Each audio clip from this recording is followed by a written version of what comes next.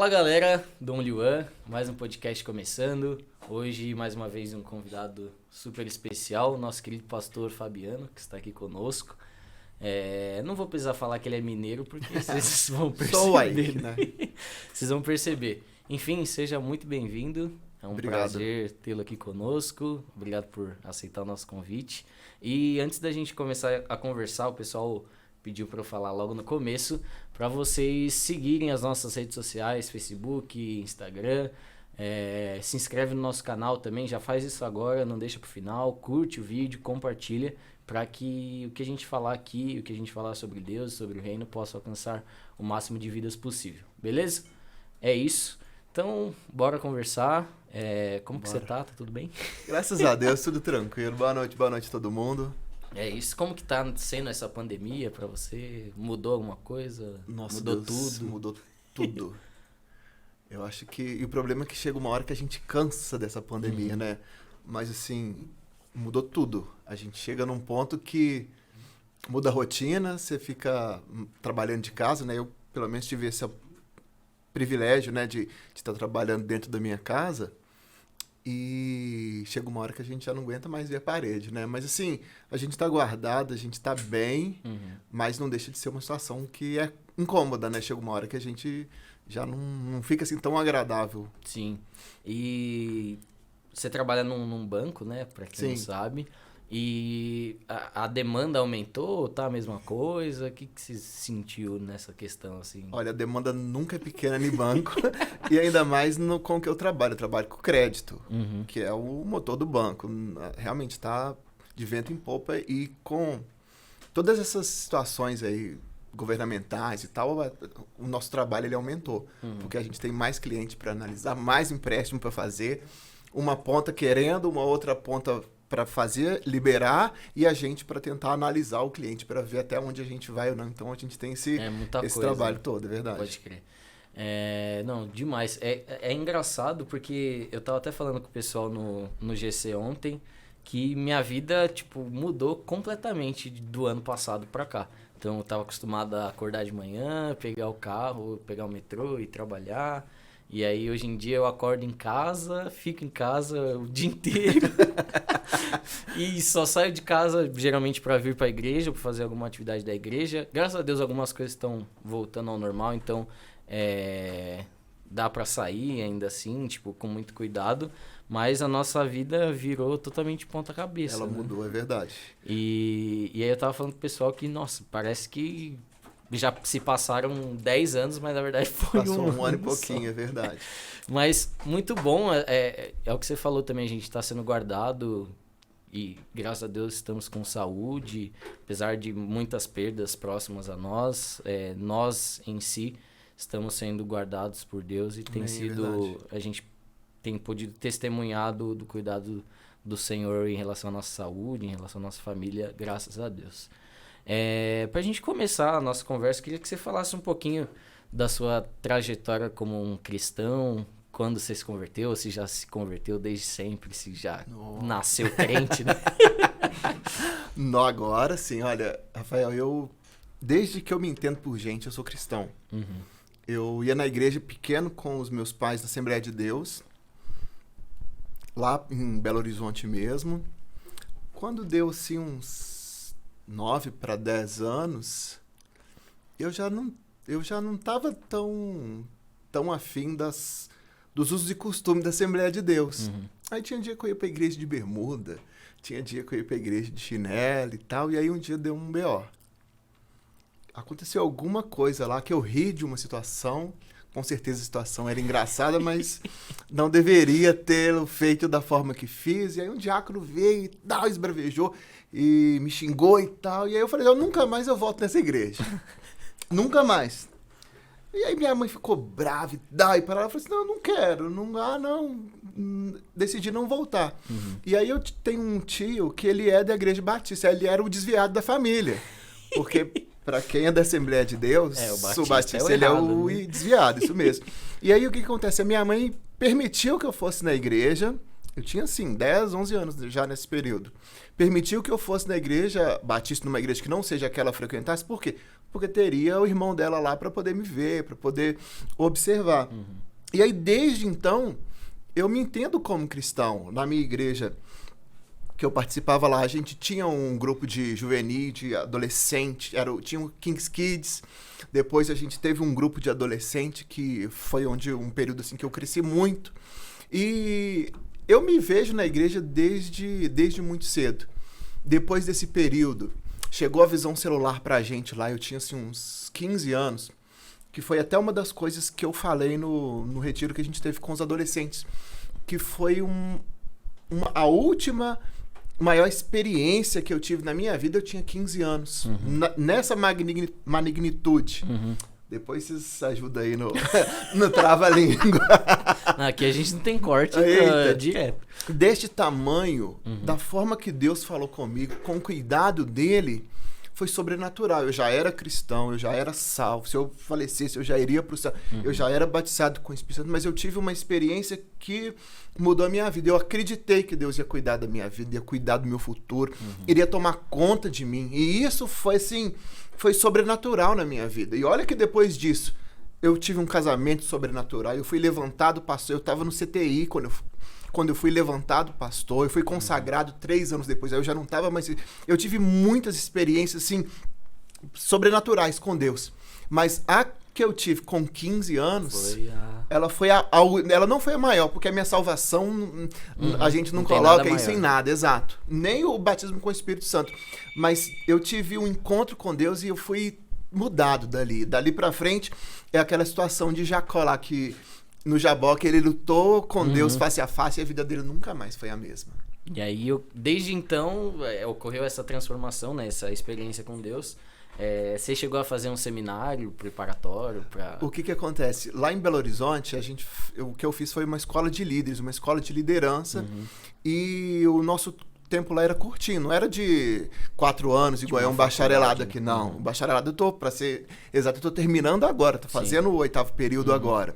Mas eles lá não foi exigido, mas a gente tinha todos os tipos de cursos, várias matérias que nos ensinavam, e assim, eu posso falar assim que os professores que eu tive lá foram melhores do que os que eu tive no seminário. E é até interessante a gente entrar nesse assunto, que eu vou perguntar para você, porque é uma dúvida que eu tenho, embora eu tenha um pensamento sobre, mas acho que a gente pode aprender, né, junto. Mas o que você acha que, tipo, é necessário para um pastor ele ter o seminário ou não? Olha, eu acho que é complementar. Eu acho que ele não é obrigatório. Porque a diferença que vai fazer, se eu tenho um chamado, se eu tenho se eu sou escolhido de Deus e Deus me levantou para fazer uma obra, aí eu tenho que me aperfeiçoar para ser útil da melhor forma no que Deus me chamou. Então eu acho que é complementar. Eu posso até ser chamado sem, mas eu não posso avançar, eu não posso caminhar sem fazê-lo. Então assim, ele não é o start, ele não é o meu início. Mas no meu caminho eu tenho que me aprofundar. É a minha percepção. Eu penso exatamente igual, então acho que bom, né? Da última semana, com a Cris aqui, quando ela estava falando da forma que ela foi chamada, eu achei muito bacana a forma dela, assim, olha, Deus me chamou. Não era a melhor voz, não sou a melhor cantora, não isso e não aquilo, mas Deus me chamou e Ele me chamou para isso. E aí agora ela tá nessa caminhada de aperfeiçoamento. Então eu tenho essa visão. É muito bacana se eu de cara já tive meu chamado, já fui enviado. Eu não fui, eu tive meu chamado, eu trabalhei primeiro antes de avançar em todos os estudos, mas a maior prática que eu tive foi no dia a dia. Sim. Hoje, por exemplo, finalizando, eu já vejo muitas coisas, mas a prática lá já me ajudou demais. Então, isso fez diferença. Você aprendeu na prática, né? O que hoje a gente vê, o que você tá vendo, de repente, em livro ou de um professor falando, você já viveu. E acho que, querendo ou não, aprendendo na prática, pelo menos comigo, funciona muito mais e é muito mais fácil, né? Sem dúvida. Dependendo do que for aprender. Quando você tem um bom mentor por trás, quando você tem uma orientação bacana, quando você tem um pastor que te ajuda, que assim, um paizão, uma pessoa que é por você, para explicar, olha, esse caminho aqui, olha, não foi o melhor que você foi. Se você tem uma boa orientação, Eu acho que o caminho é por aí, porque a diferença que faz na vida da gente não é o meu curso de teologia, porque tem gente que é bacharel, que é especialista, que é mestre e que é doutor e que não tem a graça e que não tem a unção.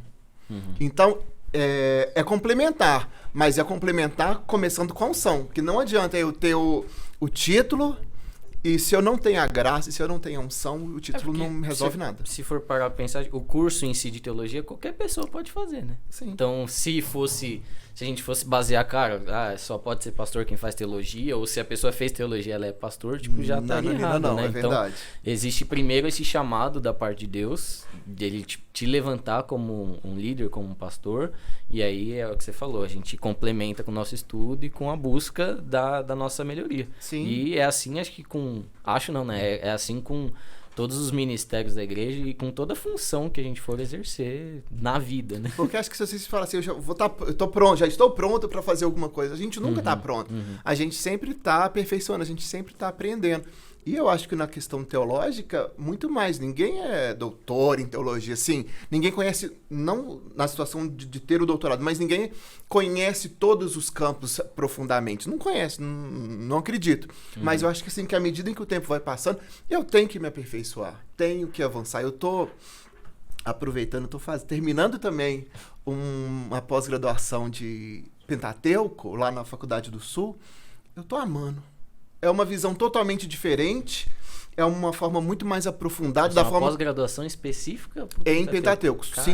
Sensacional. Demais. E assim, Fabapar é o nome da Faculdade Batista do Paraná. Sensacional. Sim, a gente consegue ver de uma forma muito mais profunda do que no curso de graduação. Você vê um pouco mais raso, e aí nessa especialização a gente consegue aprofundar de um nível muito bacana. Então, assim, eu acho que isso é bom. Mas isso não foi agora. Eu já tenho o quê? Eu já tô indo para 10 anos que eu sou um pastor consagrado. Sim. E eu vou terminar uma especialização agora, no meio do ano. Então. E acho que isso não atrapalhou a sua caminhada. Não. É claro que eu acho que daqui para frente isso vai te ajudar, com certeza. Mas não atrapalhou de maneira nenhuma a sua caminhada.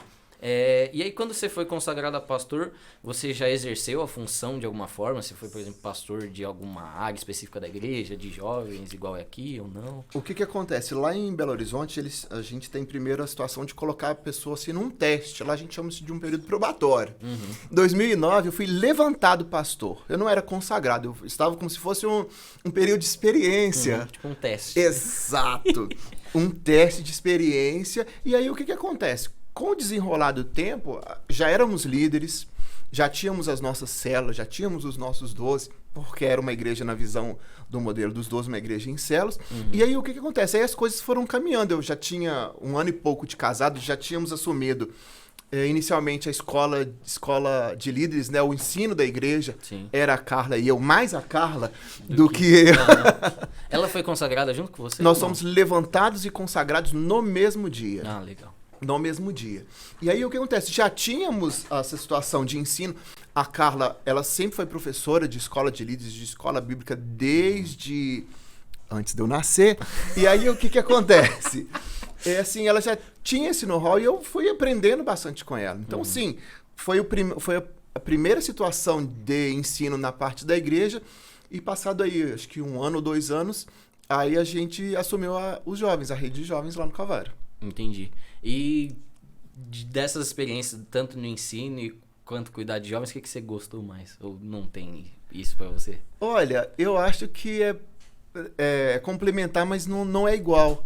Porque, por exemplo, a situação do ensino, lá na minha igreja, o ensino era no domingo de manhã. Aqui teve um período que tem a escola dominical. Exato. Né? Eu, particularmente, eu tenho aversão a acordar muito cedo.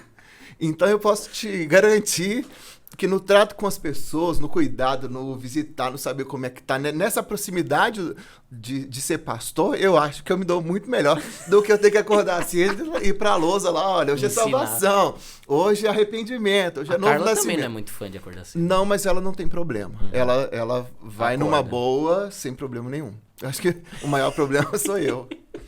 Então eu acho que nisso faz diferença. Eu também...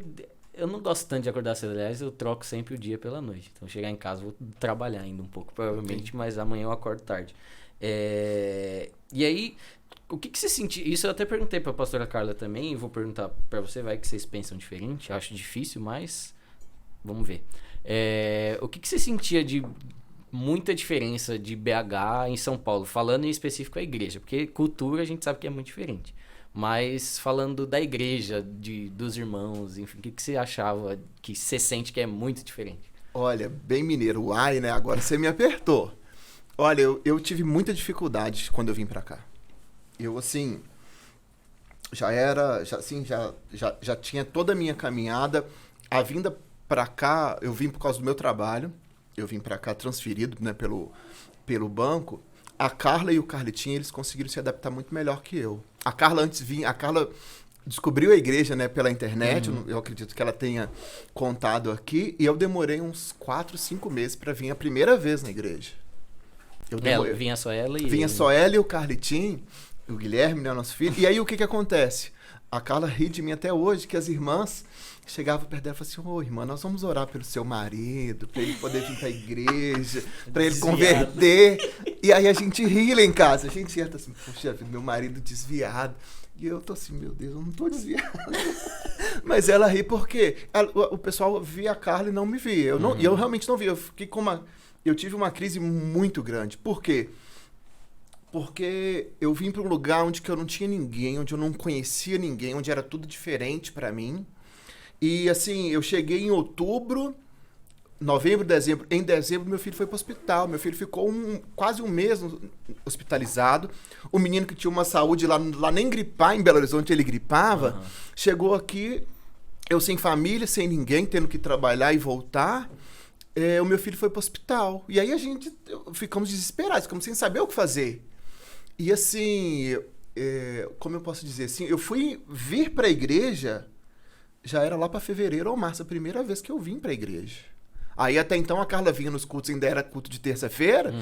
E aí no primeiro dia que eu vim à igreja, ela disse que as irmãs ficaram para ela assim, agora vai, só falta ele converter. E, se eu não me engano, ela não tinha falado que ela era pastora. Não, você, né? Por quê? Porque a gente veio para...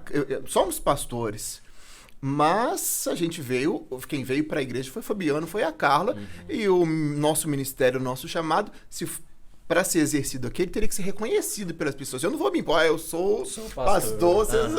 Isso não existe.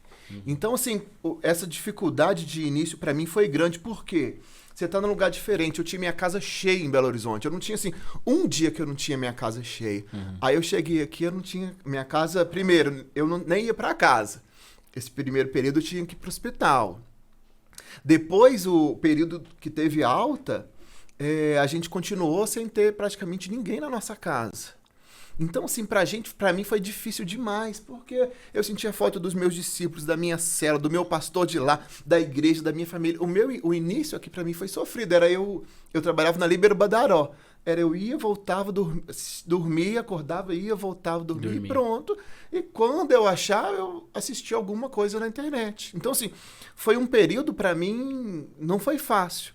Até que, depois de algum tempo, dessas várias crises, essa porta que Deus me abriu, me trazendo de BH pra cá, assim, o meu salário mais que dobrou. E aí, um dia dessas de crise, eu tava lá triste, falando com Deus, tô com saudade dos meus discípulos, saudade do meu povo lá de BH, tô aqui em São Paulo com um pessoal diferente de mim, uma igreja diferente da que eu estava. E aí o Espírito Santo falou assim, olha, mas o que você me pediu eu fiz. Por que você tá assim? Eu nunca mais... Abriu a boca. Eu nunca mais questionei.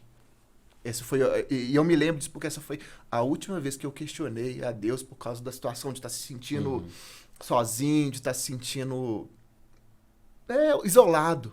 Eu nunca mais. E aí eu acho que a partir daí, eu acho que eu consegui me enturmar, eu consegui ver a igreja como minha casa, como minha nova casa, como minha nova família. Porque a minha igreja de lá, eu tinha ficado lá dos meus 11 anos até 2014, que eu nem sei quantos anos que eu tinha aqui. Então, assim, eu tinha ficado mais de 20 e tantos anos lá. eu conhecia, eu sabia como fazer, eu já tinha o meu lugar, que eu ficava no culto. Já participava certinho. Exato. E aí você vai para um lugar novo, que você vai conhecer gente nova, que você vai ter um desafio novo, uma rotina totalmente diferente. Então, assim, Deus, nisso ele cuidou da gente. E uma outra coisa que eu acho que vale a pena citar, eu acredito que Deus planta a gente. Eu não acredito que eu vou... hoje eu tô aqui, amanhã eu tô ali. Não acredito. Não, foi Deus que me plantou nessa igreja. Porque se fosse para depender de mim, eu não estaria. Porque o início eu achei muito diferente. Mas Deus me plantou aqui. E como Ele me trouxe para aqui, eu acredito que a obra, que Ele vai continuar, que Ele vai aperfeiçoar a obra dele aqui. Tanto que, nesse tempo todo de igreja, eu fui em uma outra igreja, num culto de fim de ano que eu prefiro nem comentar aqui. Que foi um desastre. Você já falou, né? É melhor manter a ética. É melhor manter a ética, é verdade. Cara, que demais. E um negócio que a Carla falou, e vocês sempre falam isso, e que, tipo, aqui, algumas pessoas a gente tem a liberdade, a gente acaba fazendo, e eu me cobro, eu até falei pra Nicole que a gente precisa mudar isso com vocês, é que lá em BH vocês não precisavam convidar ninguém, as pessoas simplesmente apareciam na casa de vocês. É verdade. E aqui, tipo, é muito difícil, não sei se pela rotina do paulista ou pela cultura, dificilmente eu vou na casa de alguém sem pelo menos falar, cara, tô indo na sua casa, sabe? Eu acho que, tipo, isso é uma coisa que provavelmente você sentiu muita falta também no começo, né? É verdade. Porque aqui a gente combina, aí dá 2 dias antes, a pessoa manda mensagem, ainda tá de pé, e aí assim, 1 hora antes, acho que a pessoa para não perder a viagem, você ainda tá em casa? Você não saiu? Tem isso. E ainda tem o pior. O pior, assim, a gente é mineiro. O que é pra levar? Porque a gente não tem esse costume. Meu costume é, você vai lá na minha casa, você vai comer o que eu te oferecer, eu vou te oferecer o meu melhor. E aí, que a gente tiver lá, vai ter. Mas aqui não. Eu vou levar uma sobremesa. Não, eu vou levar um refri. A gente não tem esse costume. Mineiro, assim, cheguei, e o que tiver é pra todo mundo, exato. E aí, quando vocês me falaram isso, eu achei, tipo, demais, porque eu sou um cara que, tipo, eu pareço muito sério. Tem gente que chega pra falar comigo e fala, nossa, é sério. Eu não sei expressar muito bem meus sentimentos. E a Carla também sempre fala muito isso comigo. Ela fala, Rafa, eu te amo. Eu quase falo obrigado. Eu falo, te amo de volta. E aí, tipo, quando vocês falaram isso, eu falei, cara, que demais, porque eu acho que viver em comunhão é isso. Você não precisa avisar pra pessoa que você vai na casa dela, ou até mesmo você não precisa levar nada e também não esperar que a pessoa vai te servir com um banquete. Porque se você vive em comunhão, você está junto com a pessoa, você não vai se importar se vai ter a melhor comida ou se não vai ter nada. E a pessoa também não vai se importar se você vai levar alguma coisa ou se você vai levar um bolo da Sodier lá. Exato. É diferente. Lá em BH teve um dia, um fim de semana. Estávamos jantando, Carla, Carletinha e eu, aí chegou um casal. Aí, come aí com a gente, tá? Aí passou mais um tiquinho, passou uns 15 minutos, chegou outro casal. Eu não sei se a Carla já contou isso aqui. Aí passou um tempo, assim, tinha umas 12 pessoas na minha casa. Aí comeu, a Carla pegou lá, raspou a panela, que uma casa pra... A gente não faz tanta comida. Aí deu pra todo mundo, dividiu lá, todo mundo comendo e tal. Aí passou mais um tempinho, a campainha tocou de novo. Aí a Carla, você come miojo? Que era assim, é o que tem. Então, assim, mas é o costume da gente. Acho que a correria daqui, ela é muito diferente da de lá, não tem dúvida. Mas eu acho que a gente consegue ser um pouquinho mais próximo. Que eu acho que a rotina permite isso. Eu vejo isso também, até mesmo, não precisa nem sair de São Paulo, do estado de São Paulo, mas eu tenho uma tia que mora no interior e quando a gente vai visitar ela, a gente vai na igreja dela lá e acaba participando dos cultos. E aí você sente que o pessoal é muito mais tranquilo, conversa e combina, tipo, de ir na casa um do outro, tipo, dia de semana, e você percebe que tem esse laço um pouco mais estreitado, eu acho que justamente por a rotina ser mais tranquila, suave, né? Porque aqui em São Paulo vive uma loucura, então se a gente não tivesse na pandemia, você provavelmente ia ter trabalhado hoje o dia inteiro, não que você não tenha trabalhado, mas você ia ter ido lá ainda pra Paulista. O deslocamento, isso. E aí você ia chegar em casa 8 da noite, sei lá, e aí ia tomar um banho rápido e vir aqui pra fazer o podcast com a gente. Então, seria muito mais complicado. Sem dúvida. Não que nas outras cidades as pessoas não trabalham, mas acho que por ser menor ou por ter uma proximidade, acho que acaba facilitando esse convívio, né, com as pessoas. Sem dúvida. Acho que esse trânsito, né, esse deslocamento daqui, ele judia da pessoa.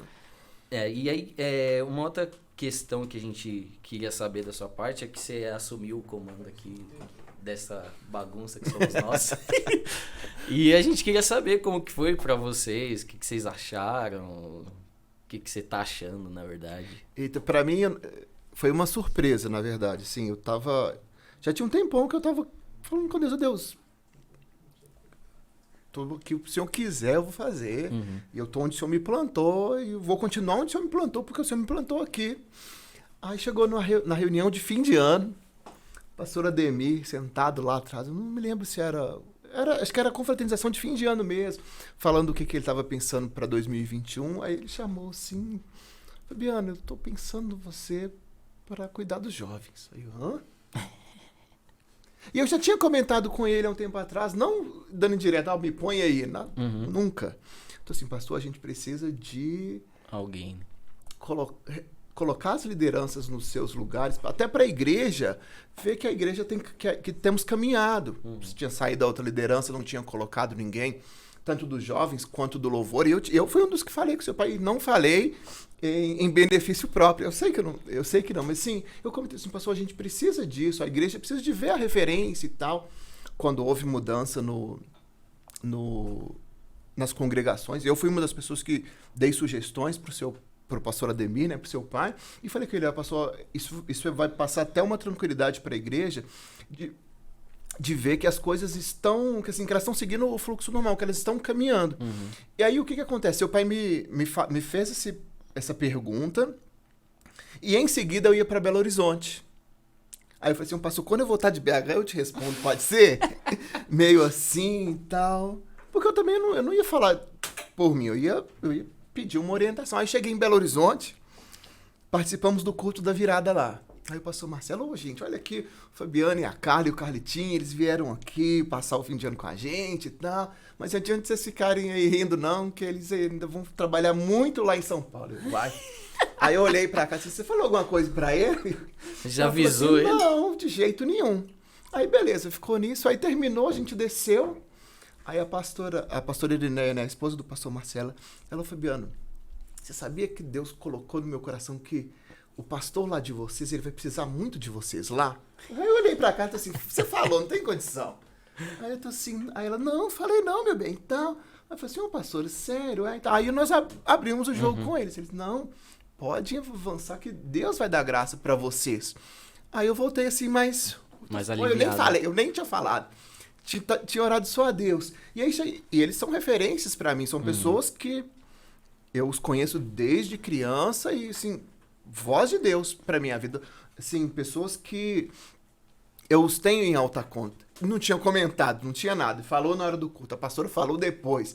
Eu olhei assim, enviesado pra cá, assim, você contou. E, assim, eu falei assim, pô, Deus tá dando graça. E Deus deu paz no coração da gente. Aí voltamos. Aí, em seguida, teve uma reestruturação no banco. Aí, reestruturação no banco que eu trabalho é assim, olha, nós vamos mudar tudo aqui, se você quiser manter seu padrão de vida, você acha um lugar para você fazer, acha alguma coisa aí que pode ser que você não mantenha a sua comissão. Aí eu fiquei assim, meu Deus. Aí lascou. Eu fiquei assim, sem chão. Eu falei assim, pô, se eu perder minha comissão, eu não consigo morar aqui em São Paulo, não consigo pagar um aluguel daqui, não consigo. E fiquei assim, eu fiquei angustiado um tempo. Não tinha respondido pro seu pai ainda. Sim. Aí teve um dia que eu chamei seu pai e disse, pastor, vamos conversar aqui. Ora, põe a mão na minha cabeça, eu tô aflito e tal. Ele olhou e Fabiano, fique em paz, Deus vai dar graça. E aí o que acontece? Algumas coisas resolveram, outras ainda não resolveram e tem até o ano que vem para resolver. Mas eu tô em paz no meu coração. E aí eu pude falar com ele, foi 20 e poucos de fevereiro, quase 2 meses e pouquinho para frente. Eu falei assim, pastor, a gente topa, porque Deus deu paz no nosso coração para isso. E aí assim, eu percebi, no pouco que eu vi a igreja feliz com a situação de terem uma referência, né, um casal referência, líderes para quem possam se apoiar. E assim, eu tô gostando demais da experiência, tô achando muito bacana. A Carla, ela é 1 milhão de vezes mais empolgada empolgada do que eu. Eu chego assim, tô assim, Léo, eu tô pensando em fazer isso e isso aqui nos 2 próximos sábados. Ela, eu já pensei aqui pro semestre todo.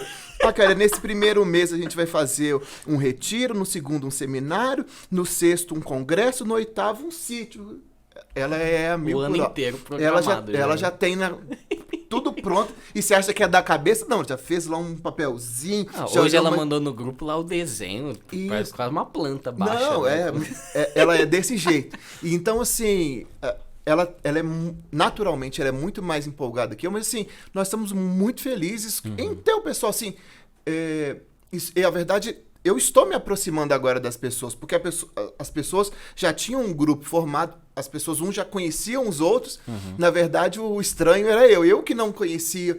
E acho que nesse pequeno tempo, acho que eu tenho sido feliz nessa aproximação, nessa tentativa de cuidado, de estar junto, porque eu acho que isso é o que faz a diferença, a proximidade, é o estar junto, é o cuidar, é a pessoa ver, olha, hoje eu estou nessa situação da minha vida, eu preciso daqui a um tempo dar o próximo passo. Então, assim, é esse cuidado que eu acho que é o que tem que ter, esse acompanhamento que foi o encargo que o seu pai nos passou e que nós aceitamos de bom grado. Pode crer. E pode crer, né? Corinthians, né? Corintiano. Pode crer, isso mesmo. E ainda dentro desse mesmo assunto, o que você espera, assim? É difícil falar, eu acho, né? Mas nosso coração, ele gera uma expectativa, geralmente, das coisas. O que você espera desse trabalho, sei lá, daqui a alguns anos, daqui a um ano, enfim? Olha, hoje, assim, vou te falar primeiro a médio prazo.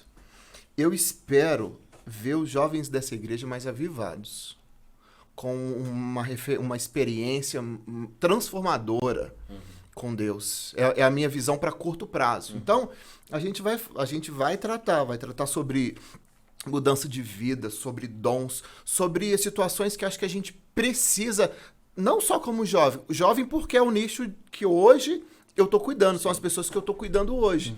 Porque a gente não pode viver, deixar a vida levar a gente e não aperfeiçoar, e não crescer em todas as áreas. A pessoa com 18 anos, ele está terminando o ensino médio, ele já está olhando assim para uma menina, já pensando em namorar, ele já tem uma noção do curso que ele quer fazer de faculdade, ele já está com a mente dele para daqui a um tempo, olha, eu vou casar com ela, eu vou ter o meu apartamento, a minha casa, eu vou ter isso, eu vou ter aquilo. E todo mundo tem os seus planos materiais, podemos assim dizer, entre aspas.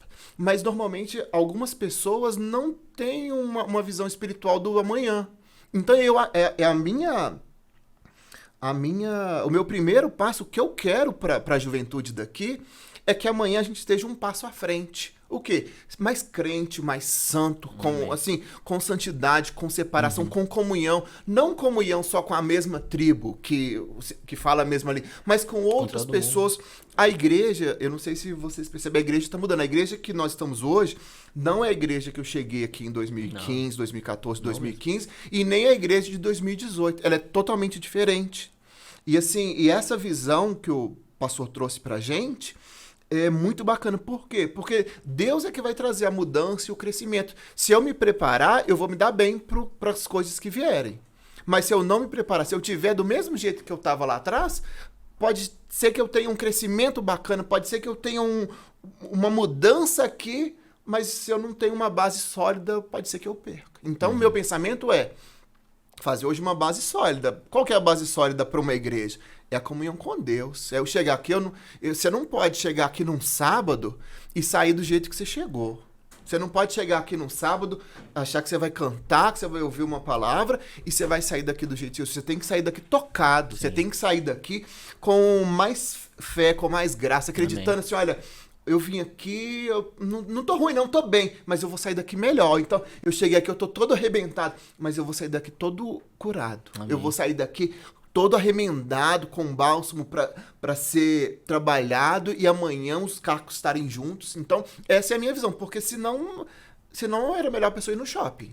Não vir na igreja. É verdade. Não é um entretenimento, é uma mudança de vida. E a mudança de vida, ela começa aí. Então, eu acho que essa situação de eu conseguir ver os jovens no próximo passo com mais graça, com mais fé, buscando a Deus, igual tem aí eu estudando, né, fazendo seminário procurando compreender as coisas de Deus, eu quero esse passo. Esse passo é o que eu quero para a juventude.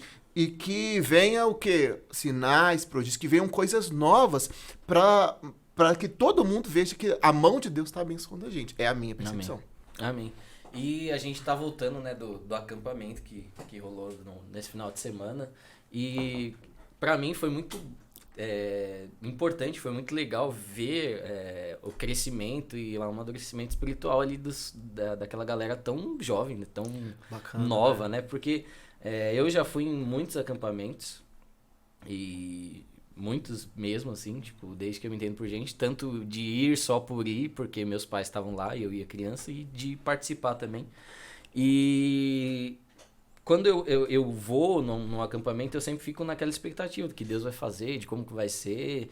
E, cara, foi um acampamento totalmente diferente, porque foi algo leve, assim, tipo, a presença de Deus, ela fluía, assim, com leveza. A gente, não que nos outros a gente precisava ficar fazendo muita coisa pra isso acontecer, mas nesse parece que simplesmente acontecia, assim, sabe? Tipo, no sábado a gente teve uma experiência incrível lá, um momento de adoração e um quebrantar dos corações. Então, é muito bom ver isso na juventude ali com a galera dos adolescentes, porque eles são a geração que vai vir depois da gente. E se eles já estão sendo ensinados e formados dessa forma, eu tenho certeza que a igreja do futuro vai estar muito melhor que a gente. Bem encaminhada, né? Eu exatamente. concordo. Eu acho que esse tipo de experiência, esse tipo de situação é o que vai mover a gente. Por quê? Se eu não tivesse uma experiência, se eu não tiver uma experiência com Deus, desculpe minha franqueza, talvez era melhor investir o dinheiro lá no Beto Carreiro. Uhum.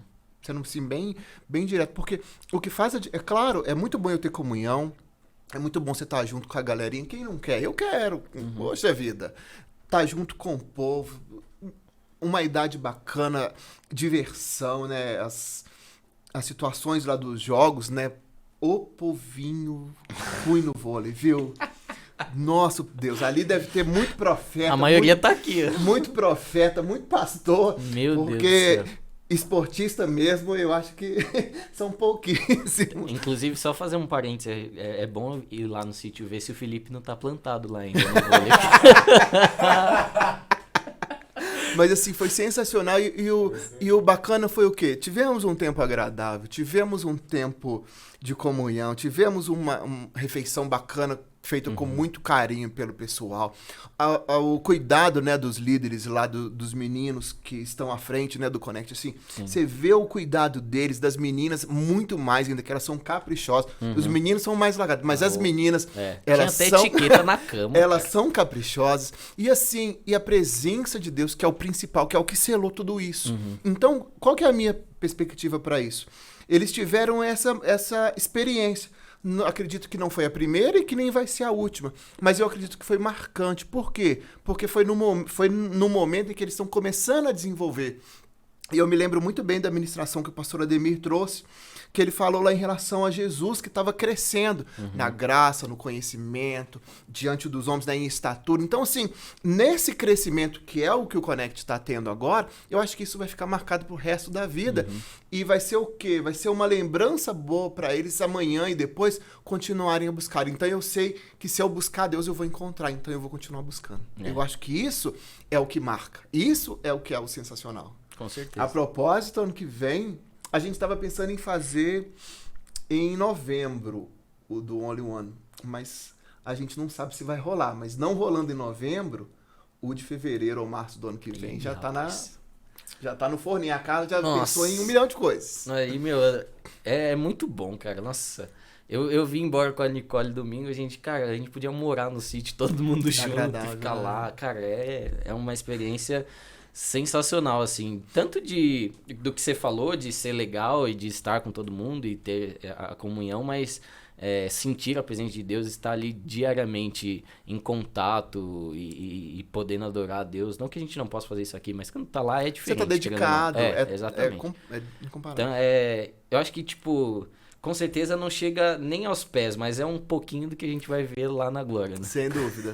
Um tempo bacana, né? Acho que isso é bom, você conseguir separar, dedicar esse tempo. Então, eu acho que a gente só tem que esperar coisas boas mesmo. Porque se estivermos abertos, dispostos, ele vai abençoar a gente. E aí é o que a gente precisa, um passo após o outro. Amém, amém.